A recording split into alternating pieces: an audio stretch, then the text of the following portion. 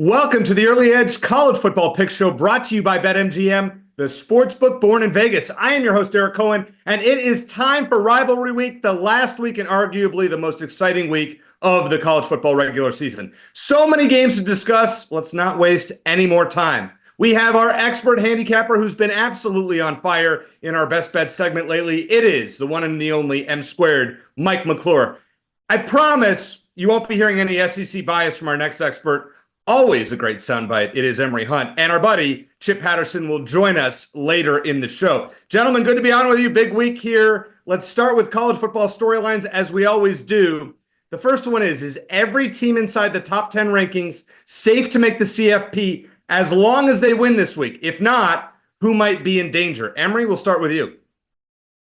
I think so. At the end of the day, all they have to do is just take care of their business. It would be pretty much cataclysmic if all those teams lose. They're pretty much secured in where they are. Even if they lose a game, a team may drop one or two. The committee has made it clear that they won't have very much movement. But if this holds up like it is right now, all these teams will be playing in the postseason. But Mike, you were saying that there might be one who might have some danger. Who you got? Yeah, it's interesting. I think it could be SMU. While, look, I think this team is good. I think that they might get disrespected a little bit here if one specific scenario plays out.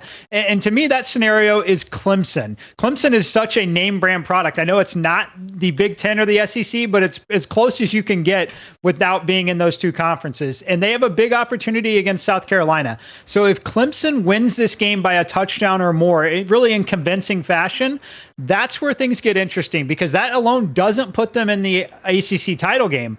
But if SMU is in that ACC title game against Miami and gets beat by double digits in that game, I think we could see that big name brand bias come in and actually have the spot where we see Clemson flip SMU, despite SMU being the first team in the ACC to lock up that spot in the ACC title game.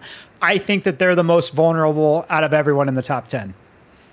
All right, so that's interesting. Emory, I'll come to you on this one. So if Mike's scenario is right and Clemson wins by 2 touchdowns against South Carolina this week, for example, and then you have, SMU get to the championship game next week and Miami blows them out, you're going to penalize SMU for a 1-loss regular season and have Clemson jump them? Or do you agree with that? It's weird because at the end of the day, what is working against SMU is the BYU collapse. Had BYU continued to win and would have been a lock to play in the Big 12 championship game, then SMU could have lost that game in the ACC title game and still been in the postseason because, I joke about it, but it's true. We're in good loss season. So that's where we're going to start hearing about this was a good loss. This is a good loss. And they'll ignore how many wins teams actually have. And I think the BYU collapse is kind of hurting SMU right now. All right, that's fair enough. Let's move on to storyline number 2. Which rivalry week matchup has the biggest playoff implications? Mike, we'll start with you. I think it's got to be South Carolina and Clemson. Obviously, if Clemson loses, it makes things extremely clear in the ACC. And as far as, if South Carolina wins convincingly, they're the 3-loss SEC team. Like, are they going to jump other teams like Bama, Ole Miss? It's just a fascinating argument when you talk about what Emory likes to mention. It's still a made-for-TV product. So both of these teams have a lot to play for here, most specifically Clemson. Sitting at 12, if you get this big win over the SEC team, and don't have the ability to go lose another game and get blown out or look bad on camera, I think that there's just a chance that they sneak in here. So I think this is by far the biggest impact this week is Clemson, South Carolina. Emory? Yep, I agree. Because at the end of the day, if we're being honest, pound for pound, South Carolina may be the best team in the SEC in terms of what we're watching them do, dominate on defense. They can run the football. They have some explosive playmakers.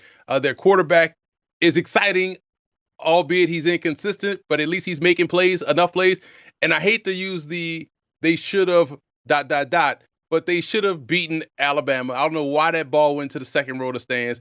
They should have beaten LSU with the phantom, block in the back call on the pick 6 against, Garrett Nussmeier. So this team is actually really doggone good, and they've been getting better every week of the season. So this game could mean something for both Clemson if they win or South Carolina if they win. So this is the most important game because I feel like the Texas game in Texas A&M, if Texas loses, they're ranked so high right now, and we saw this last week with Indiana. At worst, we'll see Texas go from 2 to about 8.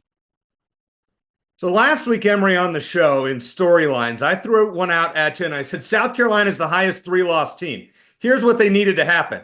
They needed, in my opinion, they needed Notre Dame to beat Army. Well, that happened convincingly. They needed one of the Big 12 teams to win out. Well, BYU and Colorado lost. So let's say Arizona State beats my alma mater, Arizona, this week, wins the Big 12 championship game. That happens. Miami would need to lose to Syracuse and SMU. Texas beats A&M this week. And we needed 2 teams to lose. Ole Miss, Tennessee, Bama, or Georgia, and we had that happen. So is there a realistic path at this point for South Carolina to make the college football playoff, in your opinion? Yes, they have to win, number one, and also one other team has to lose. And when you look at this week's rivalry game, we'll get into it later in the show, there's some potential for some trap spots for a lot of these teams, especially 2 in the top 10. And that's going to be fascinating to watch because you have, South Carolina just hanging around, playing good ball, and they have a chance to really end up in the postseason after it's all said and done. Mike, am I crazy? South Carolina, they're still alive with a legitimate chance if some things happen in front of them, yay or nay? They are alive. They need to win, obviously, against Clemson. They need Tennessee to lose to Vanderbilt.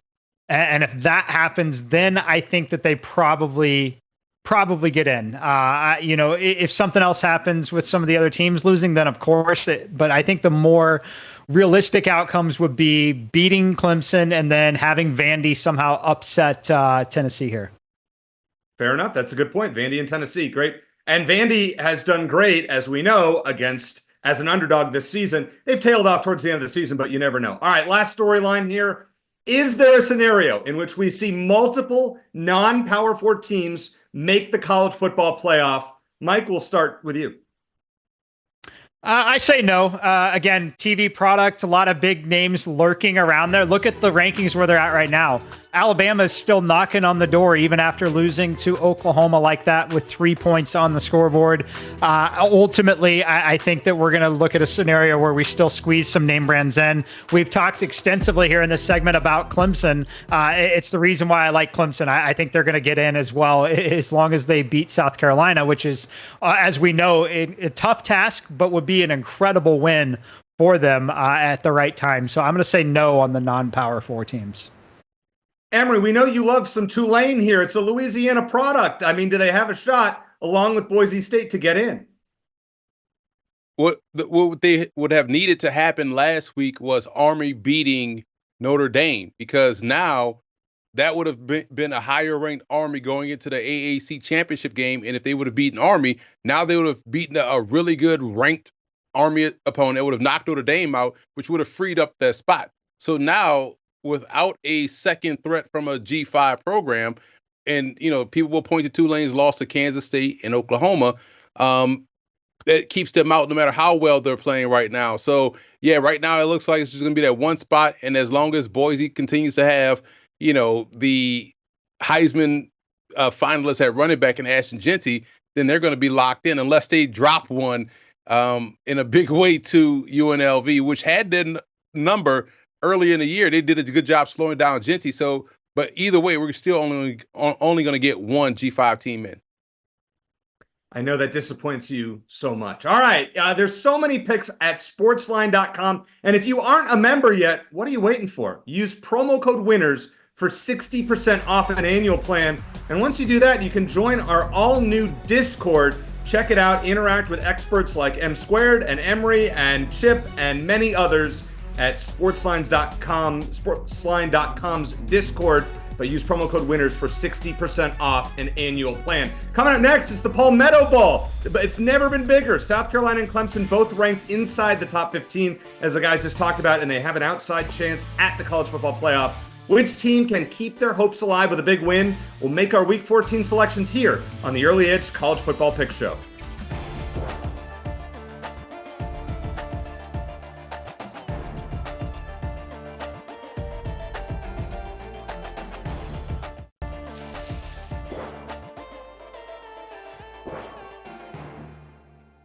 Welcome back to the Early Edge. It's the greatest rivalry in sports, and you're never going to convince me otherwise. Ohio State, Michigan, the game. This year, the Buckeyes are out to make a statement, though, because they haven't beaten the Wolverines since 2019, albeit they didn't play in 2020, but they've lost the last 3 meetings. All right, M squared, they're giving away 21 points at home, and the total is a low 43.5. Which way are you leaning in this matchup? I am definitely leaning the way of the Buckeyes. I don't mind the full game. I think there's a scenario here where Michigan scores 6 points or less in the entire game if Ohio State wants that to be the scenario. I'm going to lay the 11.5 in the first half, though. I think that, you saw last week, leave no doubt. They want to do that here, and they're going to have success early in this game. Honestly, you look at what they did against Indiana. They should have been up 24 plus at halftime, gave up a ton of points, left a ton of points on the board early with some of the way those drives finished in the red zone. So for me, I think the focus is there. I love the early start time in this particular setup. And I think that Ohio State is just vastly superior. And it's been so long that they really come out and lay it on them early. I think it honestly should be 14 in the first half. Yeah, listen, this is a stackable game. You could probably make tuition off this game. You could stack the first half play, like Mike talked about. You could take the full game play, like I'm taking. You could take the over, which I will also lay down as well. You could even take some player props, like Will Howard throwing over 2 touchdown passes, Jeremiah Smith getting in the end zone twice. This is a stackable game because Michigan is not that good this year, and Ohio State, like Mike pointed out, they haven't beating these guys, and now they can just take advantage of a bad Michigan team. Oh my God, they're going to lay this on thick and make an emphatic statement. You're probably going to see them storm the field, probably going to see a flag get planted at the 50-yard line, all kind of chaos, but you can make a lot of coin off this game. Now, we're not advocating that anyone put their kids' tuition fund on the line in this game. However, it's a pretty good bet. I like Ohio State minus 21 as well, because Ryan Day has to run it up. He has to please this fan base who is hit or miss with him. Let's just say that. Only Oregon has scored more than 17 against the Buckeyes this year. Ohio State has 31 or more points in 9 of 11 games, and they will make it 10 of 12 after they beat Michigan 35-10. And Emory is right. Stack it. You're going to have the overline hit as well. So Ohio State 35, Michigan 10. All right, let's talk about the Palmetto Bowl. We teased it earlier in the show. Clemson is a 2.5-point favorite against South Carolina. The total is 49.5. Emory, you and Mike are on different sides here. Which way are you leaning? I like South Carolina. I like the momentum that they're playing with, although Clemson is also playing with some great momentum as well, especially K.E. Klubnik and how he has really progressed over the course of the season. But I just love that defensive line of South Carolina, how well they can get after it. They have a wave of guys. You get off the bus and you look at South Carolina, everybody's built the same. Their DN looks like their running back looks like their outside linebacker. They have tremendous athletes across the board on both sides, and understanding the severity, they could be that 3-loss team that gets in, and you get to knock off your rival in the process. It's going to be probably the best game of the weekend. We're going to get a lot of sideline shots of both coaches because they're both animated on the sidelines, but I like South Carolina to win this one. Yeah, I'm gonna look at the Clemson side here. Look, I think that South Carolina is a fantastic football team. I think Clemson obviously understands the circumstances and understands the stakes, and I think they know they're getting in the playoff if they win this game. I know that the rankings don't necessarily say that yet, but I think that's what happens here. And you have to still talk about the home field advantage in this particular matchup. And when you look at Cade Klubnik, I don't think he's properly rated personally. I think he's really excelled this season. He's taken a massive step forward. They've still got a good rushing attack. It'll be interesting to see here. I think that they're good enough defensively. We've seen in situations like this where Dabo's not afraid to play a little conservative and play that field position game. Considering the fact that you get the home crowd in that circumstance, I think that there's going to be situations where Clemson's defense can stand out here and do enough. So if this number were 3.5 or 4, I would be staying away. But at 2.5, I do think Clemson finds a way and wins this game. Mike, I hate to give you this stat, but I have to throw it out there, even though I have a pick on the total. When both teams historically have been ranked in the top 25, South Carolina is 7-0 straight up and against the spread in those games. Just want to throw that one. I know it means nothing at this point, but I do love those historical trends.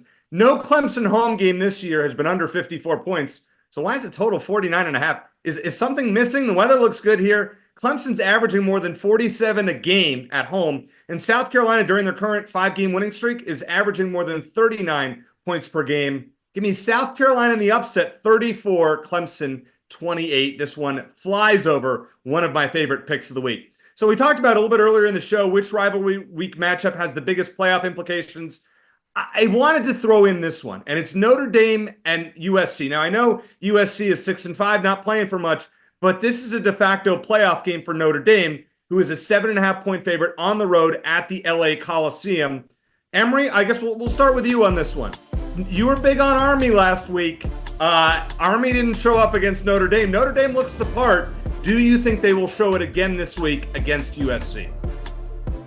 Absolutely. And the reason why, when you look at how Notre Dame understands they had no room for error after losing to Northern Illinois. And so not only did they understand they have to continue to win, but they also understand we have to continue to win big and rack up style points, because style points matter, even though people will say it doesn't matter. So they will take advantage of this USC team that's very inconsistent, maybe has one foot out the door already, and looking forward to a bowl game somewhere in the middle of nowhere, sponsored by God knows who knows what. And so they're not excited about what's coming up down the pike. So Notre Dame will take full advantage of that, because all that will read on the box score, Notre Dame blows out USC. People will see USC, still think it's USC with Reggie Bush and Matt Leinart when it's not, but they will see, man, Notre Dame beat a good USC team. So yes, lay these points with Notre Dame. Yep, right there with you. It's Notre Dame all the way here. I get why there could be some interest at 7.5. The number should be 10 here, guys. When you look at this particular matchup, Notre Dame's going to find a way to pull away in the second half if they're not up double digits at halftime. This team, look, that loss early in the season, it was awful. But it has made this team a lot better. They are so sharp and they are so focused right now. And that ultimately is going to be what makes them a better playoff team. And I personally think they're going to have some success in the playoff just because of the way the seeding works. I think they're going to get some friendly matchups as well. But I love the way this team is playing right now. As Emory mentioned, USC kind of one foot out the door. You know, I think this matchup would have been way more dangerous if it had happened in the middle of the season for Notre Dame, even the way that USC is currently playing. But now, considering the circumstances for both sides, I think Notre Dame absolutely locked in and pulls away pretty big in this one. A lot of people wrote off Notre Dame after Northern Illinois. We talked about it, and you guys said Notre Dame's done. And I said, hold on, just wait and see. They've been a lot better than we all expected. I mean, I think we all can agree on that. Like, nobody expected Notre Dame to be just destroying teams as the way they are. Listen, I think they're going to crush USC again this week. They've won 9 of their 10 games by 10 or more points. Like Mike said, this line should be 10 or more. The only thing is, USC's 5 losses are all by 7 points or less. Notre Dame has the 6th best scoring offense and 2nd best scoring defense in the country. They're legit, and they're going to roll this week. Notre Dame 34, USC 17. I mean, Mike, normally I would think Notre Dame fraudulent. I'm telling you what, this team, as you said, they look like they could possibly contend with the Ohio States, the Oregons, and the SEC teams this year. Yeah, I absolutely think that they can.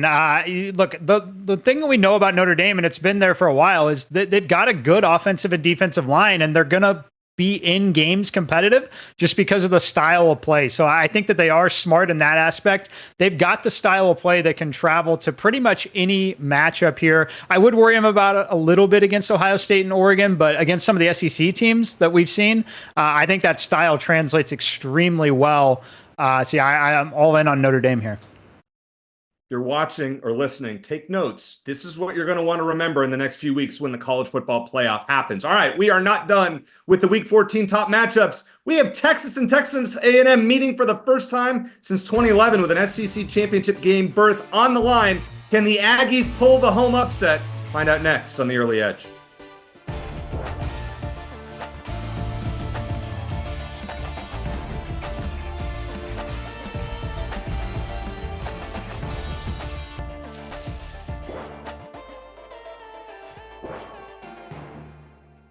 Back on The Early Edge, and this is a perfect time to welcome in our friend Chip Patterson. Welcome, Chip. We missed you the first couple segments, but glad to have you here. Perfect time for the Iron Bowl, which is full of pure dislike on both sides. One of the great rivalries each year in the sport, but where's Alabama's head at this week after getting crushed at Oklahoma? So the Crimson Tide are favored at home by 11.5 with a total of 52.5. Emory, we'll start with you on this game.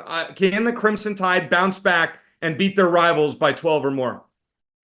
I mean, sometimes people have to see it before they saw it already. And I feel like we saw this whole Alabama script last year, right? Where Jalen Milroe was kind of getting it together after the benching and things looked bleak against Auburn. And then boom, had a thrilling comeback, great game. All this stuff leads into the SEC title game and they upset Georgia, outplays Carson Beck. I feel like we're in the same spot we were last year. You know, time is a flat circle. So I like Alabama in this one. I feel we'll see Jalen Milroe bounce back off, what he did last week against Oklahoma. I guess it was too much crimson out there on the field because some of those interceptions, like he was throwing it directly to what he thought was an Alabama player, and guys brought it back the other way. So at the end of the day, I can trust Alabama more so than I can trust Auburn in this spot. I'm going with the Tide. Yeah, I think Alabama's offense is not nearly as broken as it looked in that game, that a lot of it was execution that can be fixed, that can be coached up. And I was going back to find that. You know, he had receivers. He just wasn't quite hitting them. Everything was just like a half click off, which does sometimes happen when you're on the road. Now they're back in the friendly confines. I generally was there. But then I remembered something else.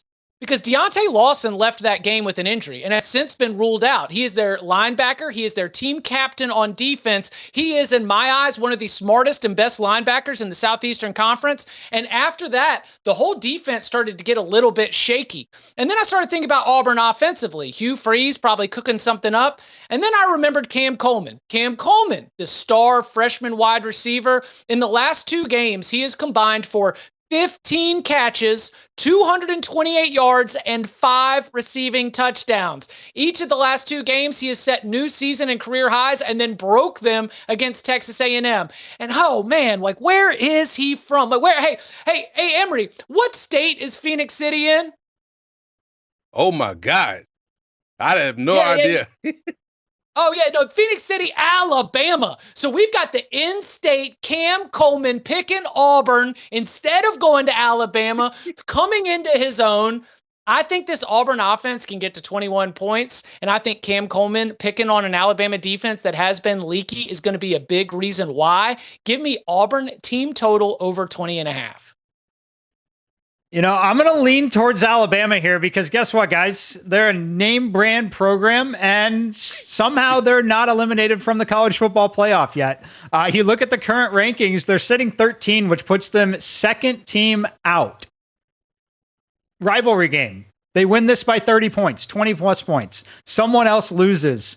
It's Clemson or Alabama. One of those 2 teams, if they win this week, is finding a way into the college football playoff. Not to mention Kalen DeBoer. Look, you need a win here, right? It's a rivalry game. The season's had many ups and downs. You thought you were in a great spot to go make the college football playoff. Lose as a double-digit road favorite. I think he just needs a win and needs it in a big way. So considering the fact that we've got him sitting here at 13, a big win, they're either going to finish as the first team out or the last team in. So it is unbelievable, but Alabama still has life here. You know, I could see the steam coming from Emory's ears when you mentioned, Mike, that it's Alabama and SEC bias and everything like that. I'm going Auburn here. I'll tell you what, I am not. Of all the picks that we're giving out on this show, this is the one that I'm the least confident about. But I like Auburn plus 11.5 here. Alabama is 0-3 against the spread against unranked SEC teams this season. Auburn 5-1-1 against the spread in their last 7 games as a double-digit underdog under Hugh Freeze. What's the deal with Jalen Milroe? Is he 100%? He really hasn't played all that great lately. I mean, I guess LSU was great. Last week he was terrible, as Emory talked about. I think Auburn's motivation to snap this 4-game losing streak and get to a bowl game, they're going to keep it close. Alabama 27, Auburn 21. How about this Texas and Texas A&M game? I mean, this was the perk of Texas being in the SEC, number 3 against number 20. But the weird part is, if A&M, despite their loss to Auburn last week, if they get in, if they win this week, they're in the college football, they're in the SEC championship game with a chance at the college football playoff. Emory, do you think A&M can cover 5.5 this week at home against their in-state rival?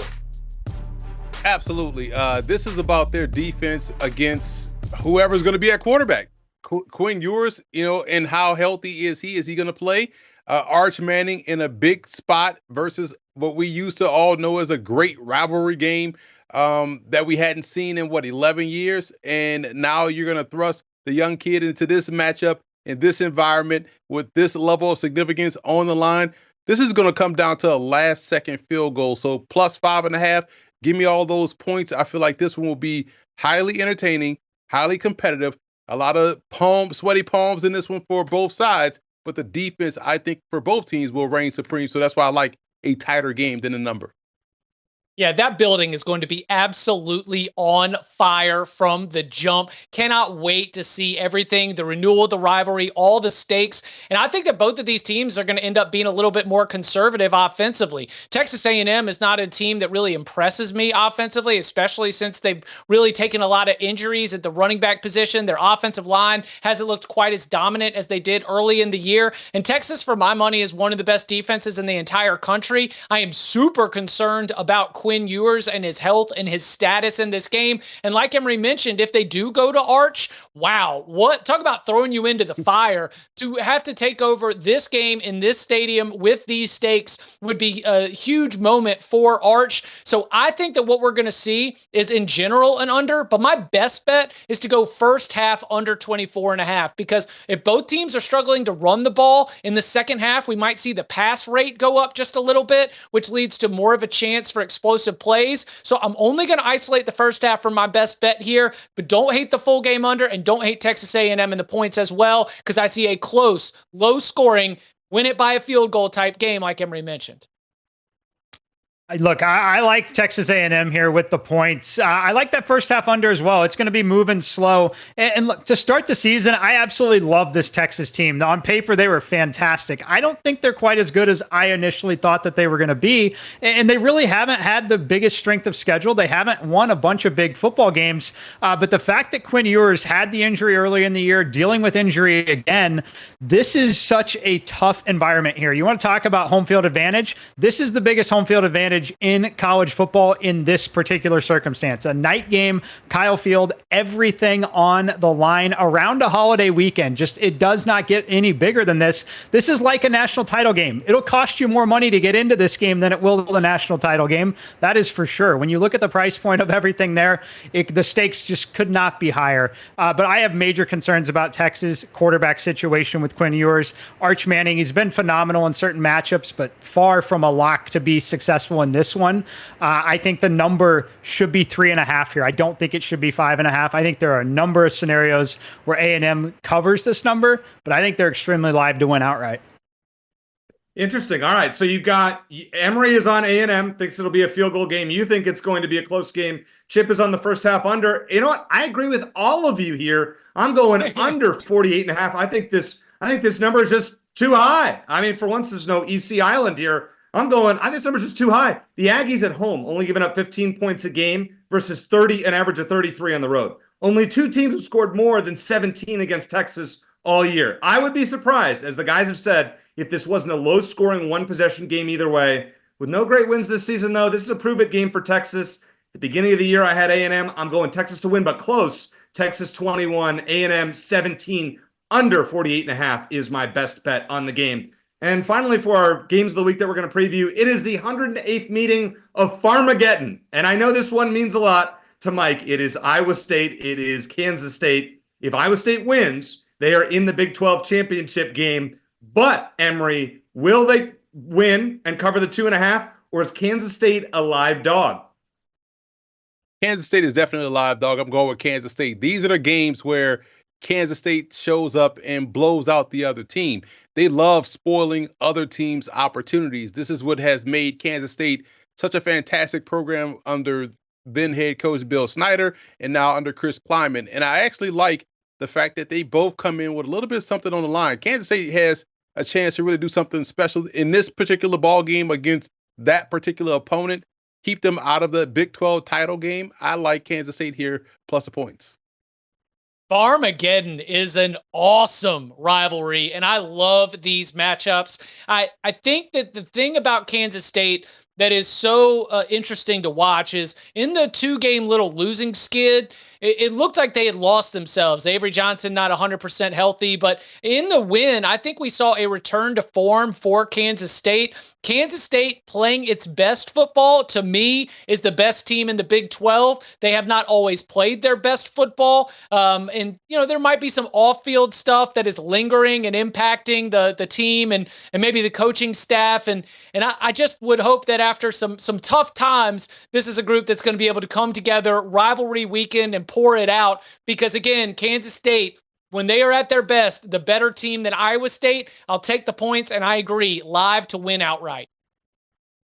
Yep, right there with you guys. I think the game should be a pick-em, honestly. I think a full field goal at 3, it could be a very competitive game. But like Emory, this is the kind of game where Kansas State typically comes in and will win this game by 7 to 10 points. And that's what I expect here. I ultimately expect Kansas State to win this game outright. It's been a very disappointing season to them, particularly losing that game to Houston, which really changed everything in the standings in the Big 12. But I still, like you guys, think they're one of the best teams in the conference. And while Iowa State is ranked 17th, I think Iowa State has a number of issues, particularly in this matchup. So this is a perfect EC Island spot, but this is an unofficial EC Island spot. There'll be no graphic on next week's show. I'm going with the under 51.5 in this game. We have 2 of the top 4 scoring defenses in the conference, combining to give up less than 41 points a game.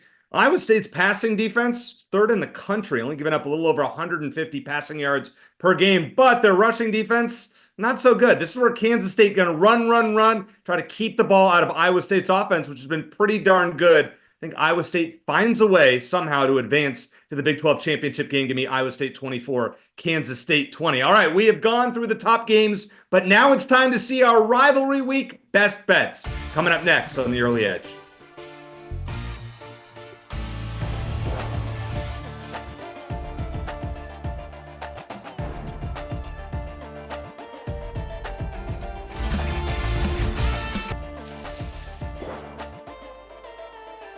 Welcome back to the Early Edge. It's time for our best bets. Hey, M Squared is gaining here on Emory. M Squared gave him a lead at the start of the year a little bit, but watch out after another 2-0 week, only 2 games back. By the way, if you're betting these every week, probably a good formula. We are 60 and 44 combined, not too shabby at all. Let's see what the guys have in store for us this week. Emory, what do you got as your first best bet of week 14? Cam Ward versus Kyle McCord. Great battle here between 2 solid quarterbacks, but Cam Ward is clearly the superior player and has clearly the better offense. And that defense for Miami, I think, will be able to catch some of those opportunities coming from Kyle McCord. I will lay the 10.5 with the Hurricanes. They look like they're focused, ready to go for the postseason, so I like them in this one big. I'm looking at Notre Dame here. Look, Notre Dame has so much to play for and with style points. Just considering, as an independent, it matters a lot, particularly for some of the seeding purposes. To me, this line should be -10 against USC. Notre Dame has just been phenomenal ever since losing that game. They're so disciplined, locked in, can do it in a number of ways, and they're great on both sides of the ball. But where I think it's going to separate here, we know USC, a team not going to really run the football. Notre Dame has been number 2 in the country in terms of coverage rate in that passing game. I think that defense is just going to continue to get home. The offense is going to have longer sustained drives, really run up the score when they get the opportunity here. I think USC is kind of quit a little bit. Notre Dame definitely is not so much to play for. I'll lay the 7.5 here. Yeah, I'm going to stay right there in that game. Notre Dame at USC, the big time game on CBS that you can watch at 3:30 p.m. Eastern time and stream on Paramount Plus, a mountain of entertainment. I'm going to go Notre Dame team total over 30.5. I will say that USC's offense is the big wild card here because Mike's 100% right. This Notre Dame defense, they force turnovers. They get after the passer. They've done a great job of being able to just disrupt any kind of flow that an offense has. But playing at home, we did see USC be able to have its best shot for Penn State. But I think that Notre Dame's offense just continues to be mean and nasty and relentless. And in terms of that Q factor, I think we might see it on the defensive side for the Trojans, where just Notre Dame continues to pile on. I'm going Notre Dame team total over 30.5. Let's stay in LA here. What is this line? Fresno State getting 9.5 points at UCLA. Do the odds makers not realize that UCLA has won 4 games this year, none by more than 7 points? And oh, by the way, they've scored 20 or less points in 9 of 11 games. Fresno State has won 4 straight in this rivalry, including when they last played in 2021. They're not only going to keep it within 9.5 points, they're going to win the game outright. Give me Fresno State 27, UCLA 24. When it comes to best bets, our second round of them, Emory, I should have known. We have a huge matchup in the state of Louisiana this week. Who you got? It's funny, man. You always bring up like being biased, but I mean, I don't talk about Arizona every week like you do. So all I'm saying is, like, when you got to face UL Monroe and you got to go out there and get your win to go to the Sun Belt Conference Championship game, that's just what we do. Like, we don't respect nothing that UL Monroe got on the table. It's my unbiased opinion. Put all the hats on, lay all this money with UL because we're going to go out there and dominate the Warhawks. Trust in the Cajuns. Shout out to Coach Desimo for doing a great job, raising Cajuns all the way. And this is not a biased pick. Man, that's amazing. I don't know how to follow it there, but I'm going to look at Tennessee here. I'm going to lay the first half number against Vanderbilt. Tennessee, another team like Notre Dame, everything to play for here. You control your own destiny. As shaky as things have been, you win this game, you're in the college football playoff. I think Vanderbilt, a team that has been pesky at times this season, but really not as much of late, in my opinion. And when I look at this matchup, I think Tennessee has distinct edges across the board, not only in the caliber of athlete on the field, but just some of the coaching decisions here as well. I think this is a spot where they come in extremely focused, and it's essentially a home game. I know it's not at Neyland Stadium, but there's going to be a ton of Tennessee fans in this game. So for me, I think they should be -10 in the first half because I think they definitely have success early. Give me Tennessee here, -6.5 in the first half. You know, I talked about Kansas State playing at its best. To me, is the best team in the Big 12. And right now, I do have them rated as such. And right now, I think the second best team in the Big 12 is the Kansas Jayhawks, because the Big 12 Reaper has just been going team by team by team by team. And now all of a sudden, Lance Leipold has this group that looked dead in the water at 1-5 without a single FBS win before mid-October, playing for bowl eligibility at Baylor. Now, I do think this is going to be a super competitive game. I am not predicting Kansas going to win by 1 billion because the defense gives up points, and Baylor quarterback Sawyer Robertson has been very good late in the season. But ultimately, I do think that they are the better coach team. I think they are the hotter team, and I will take them to win this game and reach bowl eligibility. I don't know how Emory is still doing it with his Louisiana garb, but listen, I wanted to pick Arizona over ASU this week. I can't do it, unfortunately, but I'm going to go to, I don't even know where I'm going to, the Northeast here. UConn and UMass over 49.5. So UConn on sports, I know it is, Chip, but you got to do what you got to do to hit winners here. UConn 6-5 to the over on SportsLine.com, but 3 losses by half a point. So at some places they're 9-2 to the over, depending on that book's closing line. In each of their last 5 games against FBS teams, UMass has given up 34 or more points. But by the way, they dropped 21 on Georgia last week, so we know they can score. UConn 41, UMass 24. Yuck. Chip's got the mask. Gross. Emory's got the garb. Mike and I are just chilling. Hey, let's recap what we have for best bets. Emory's on Miami -10.5. And of course, Louisiana -9.5. Mike has Notre Dame -7.5 and Tennessee in the first half -6.5. Chip has Notre Dame team total over 30.5 and Kansas -1.5. I have Fresno State +9.5 at UCLA and the UConn UMass over 49.5, which has made Chip so disgusted. Coming up next, our which Week 14 favorites are on upset alert. Find out next on The Early Edge.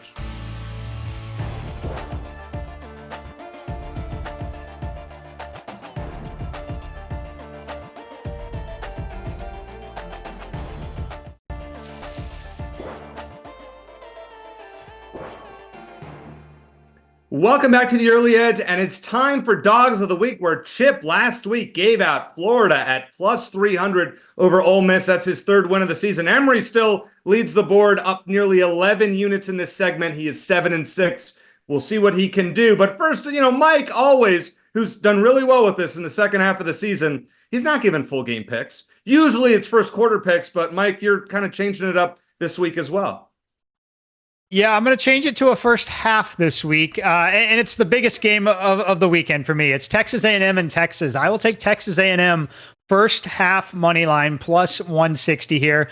Look, it is so difficult to go into this environment and win a game to begin with. Now you've got major questions at quarterback for Texas. Quinn Ewers going to be playing through injury likely. I think this is a great time to back Texas A&M. I think they understand the stakes that are at play here, and I think that they are built defensively to make this a tight, competitive, one-score kind of game. So considering all the concern on the Texas side, I like A&M here early. I'll play them plus 160 on the first half money line. Emory? All right, I'll drop. Well, listen, we started the regular season with a Georgia Tech upset over Florida State. We will end the regular season with a Georgia Tech upset over Georgia.